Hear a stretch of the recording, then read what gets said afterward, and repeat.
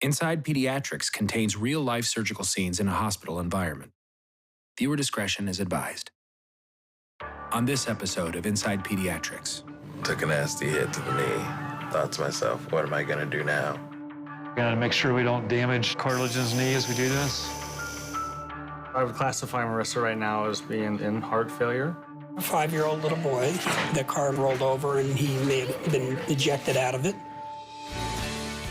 In the middle of America lies one of the busiest independent non-profit children's hospitals in the country. Go inside the operating rooms and the transports. Go inside each family's journey, each patient's story. I'm coming home. I'm coming home. Go inside Pediatrics at Children's Mercy, Kansas City.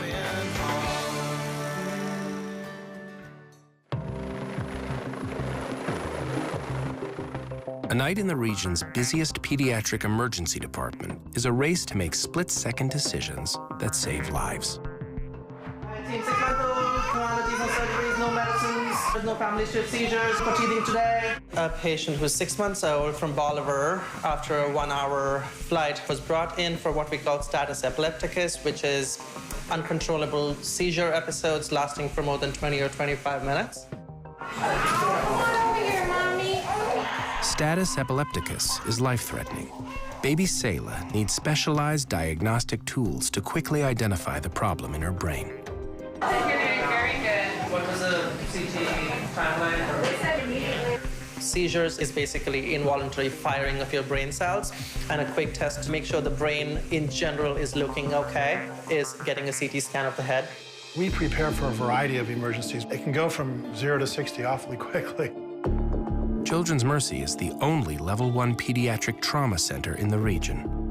With nearly 200,000 emergency cases arriving every year, the team faces new challenges with every child. This is Deontay. He's 5 years old. All right, can you hold really still? Oh, you're doing really good. Look at your really neat breathing. 5-year-old little boy was involved in a motor vehicle crash. The car may have rolled over and he may have been ejected out of it. But for some patients, medicine isn't minute by minute. It's a long wait for a life-saving change.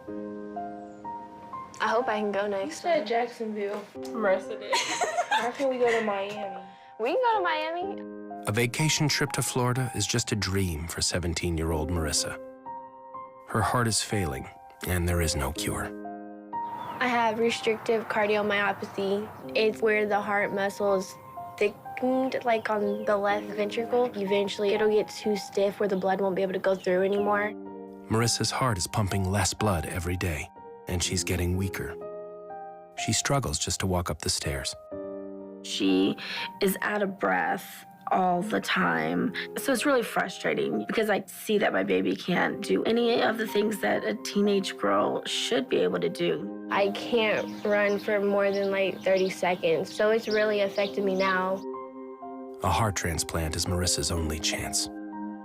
When we first found out that she was gonna get on the transplant list, she wanted to sleep with me because she was scared she wasn't gonna wake up. And then she told me, but Mom, there's probably not enough room in heaven for me.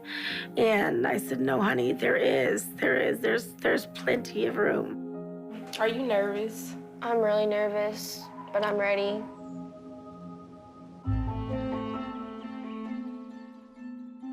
Marissa is one of our patients, and over the past couple of years, really, she's been having worsening symptoms. Sometimes I'll just like stop in the middle of the stairs and like try and catch my breath, but... Okay.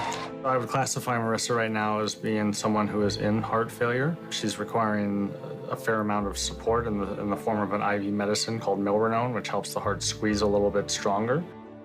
Wearing an IV pump 24 hours a day is just one emotional hurdle in Marissa's life on the transplant waiting list.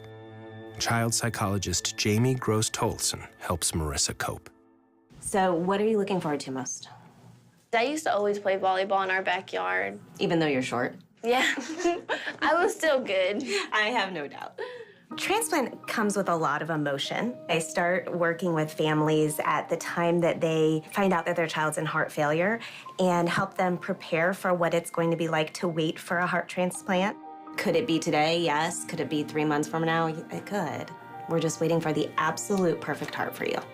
I'm nervous, anxious, ready. So now we're just waiting for another heart to be offered to me.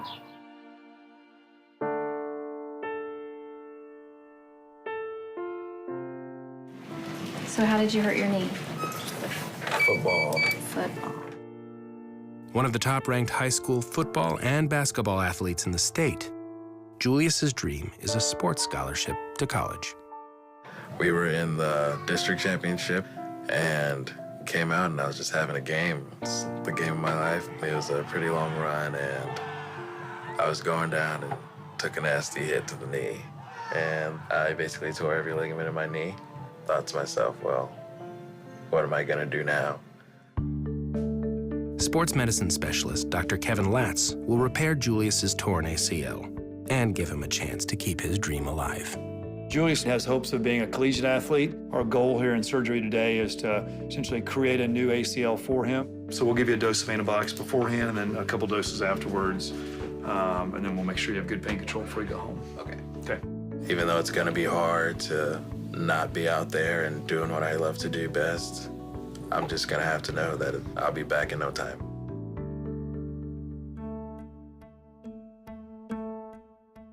In the Elizabeth J. Farrell Fetal Health Center, Dr. Timothy Bennett and the neonatology team care for high-risk infants even before they're born.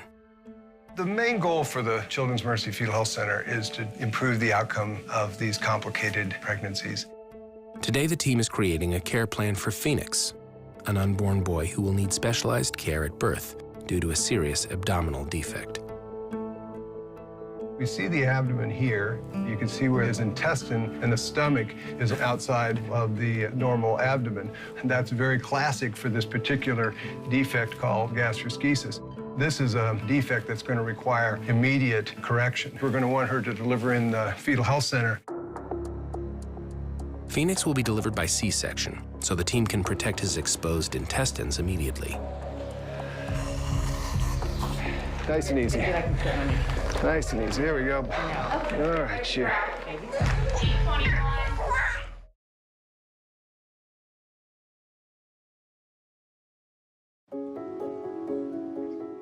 The next person listed is Marissa Garza. There has been some concerns from the family about medication timing. Dr. Gross-Tolson, what were your impressions of the concerns? Yeah, I think that's just because mom's preparing for transplant and trying to be very, very cautious.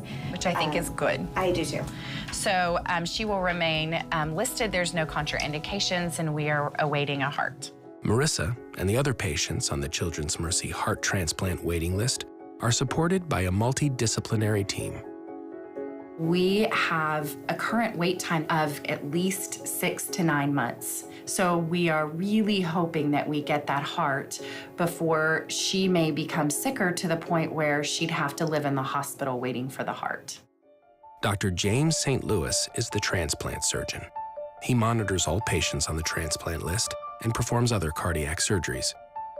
Today, he's putting a pacemaker on a newborn's heart. This child has congenital third-degree heart block. So structurally, the heart is okay. It's just the electrical activity is disease. So what we're going to plan on doing today is just put in an electronic pacing system that allows the child to grow and do all these things that children need to do. Dr. Jim St. Louis is in charge of the screening of the organs, the selection of the organs, and then, of course, the amazing miracle of the surgery itself. What you see right in front of us is the right ventricle beating. Dr. St. Louis has evaluated potential donor hearts offered to Marissa, but none were a perfect match. So she waits. For Marissa, we're looking for that perfect heart that fits, is in the right blood type, and it's strong. We also have to wait for when she is the person who is the sickest that's been waiting the longest. She's really excited to get the heart. I'm just a little nervous. I know they have a great team here, but it's my baby, and you don't know what could happen on the table. Back in the emergency room, little Deontay needs tests to rule out internal injuries from the car accident. Step here. There you go. Trauma and an unfamiliar environment can be scary for kids. Child life specialists help calm young patients so physicians can focus on life-saving care.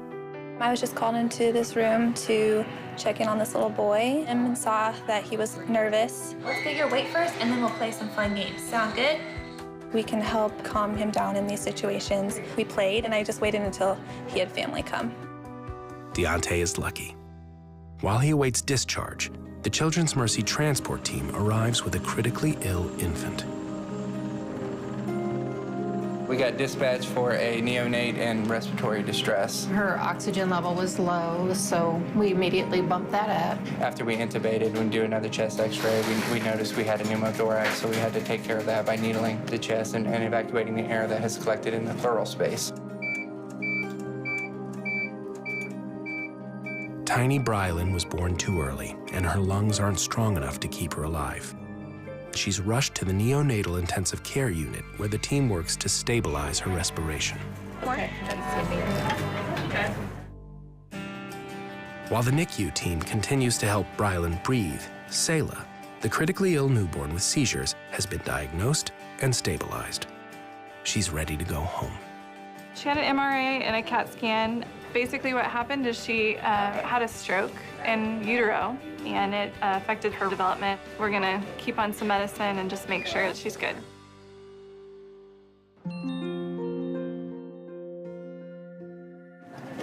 Big surgery day, huh? Yeah. Back in the NICU, Phoenix's exposed intestines are eased into his abdomen through a protective funnel called a silo. It's hard to see him like this, but I have, a feeling that everything's gonna go good. Dr. Corey Iqbal will position all of Phoenix's internal organs inside his body for the first time and close the hole in his abdomen. I'm just gonna have a peek here at the silo. And so the belly's nice and soft here, and we want to assess that because we're going to pull that together even tighter. So this would be a good time to get it closed. Any questions? I don't have. All right, we're going to take great care of the little guy, I promise. I'll see you all in a few minutes, okay? Thank you. Just the fear of just going into surgery because it's always the unknown of what's gonna happen. But I have strong faith that he's gonna be okay. Phoenix is ready to get his silo taken out. We're going to close the defect in the abdomen.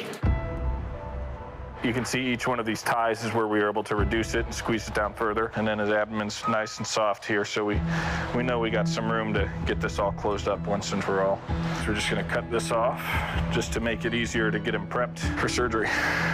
Okay, silo is out. So I'm gonna pop out the umbilical stalk here. As we dissect this out, we have to be careful. There's still blood vessels, one of which is a vein that connects to the heart. So we could get into some major bleeding problems if we're not careful with that. So right now what we're doing is we're mobilizing the fascia. The fascia is the strength layer that is really what holds everything together inside the abdomen. I'm just kind of stretching out his abdominal wall here. Make a little bit more room. It's looking pretty good. And we'll just slowly bring this together. Okay, let go. When wounds are under tension, they don't heal well. So when we bring these edges together, we want to try to take off as much tension as we can. Okay, why don't you tie that up? Nice, it's coming together well. There's his new belly button. All right,